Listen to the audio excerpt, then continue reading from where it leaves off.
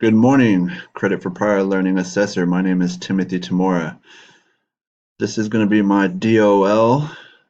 Going to go over a couple of questions here. The first one I chose is the different types or distinctions in leadership and what I know about those styles. So from what I know and what I've learned from over the years is that there are many different styles of leadership, going from I'm the boss, do it my way, which is known as a dictatorship or autocratic style of leading. I find this type of leading to be very unsuccessful.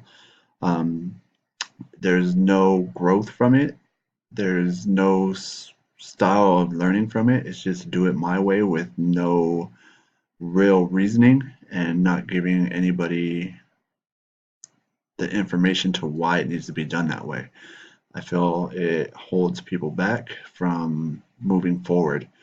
There's other styles, laissez-faire, which is more of the type of delegating and getting people involved, helping them become part of a group that makes the decision. I find this to be somewhat successful in organizations when you make people feel part of a team or part of the decision on how the organization moves forward. They tend to become more involved. There's also the style of micromanaging, reward versus discipline, where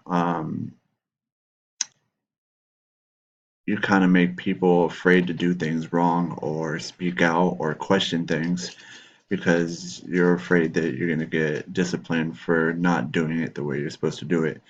Um, the part of this that's good is the reward part. It makes people feel like what they're doing has meaning. Um, but again, there's no real growth in it. When people fear and dislike being micromanaged and doing things that are tedious and not always as functional as they would be if there was an understanding to why they're doing it. Um, I tend to take a more democratic approach to my style of leadership. I like to give everyone the opportunity to participate. I like to engage with my associates.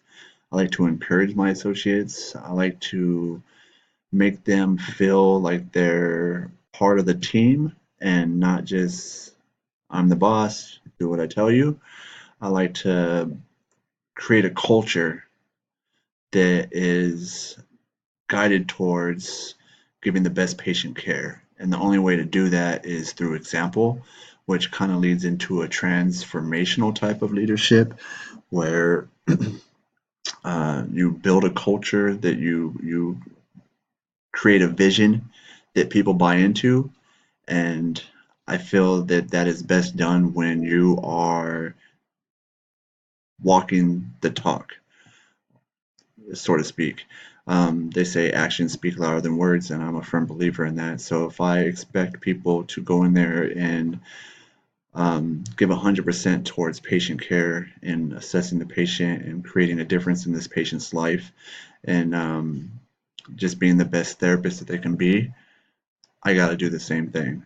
And I feel that this type of style builds a team atmosphere um, that gets people more engaged and makes them enjoy coming to work. Um, so I tend to make sure that I'm out there in the trenches and leading by example, educating, conversing. I love to make sure that every day that I'm at work that I make contact with each and every associate at least once or twice a day, um, to build that rapport, to let them know that it's not management and associates, that we are a group, an organization that is there to grow. And I feel the best way to do that is to let them know that they have a voice, let them know that they're being heard, and let them know that I'm there to support them um, in what they need and the tools they need to succeed. I hope this helps in your decision and me applying for credit for prior learning for MDS 410, Case Studies in Leadership. And I hope you guys have a great day. Thanks.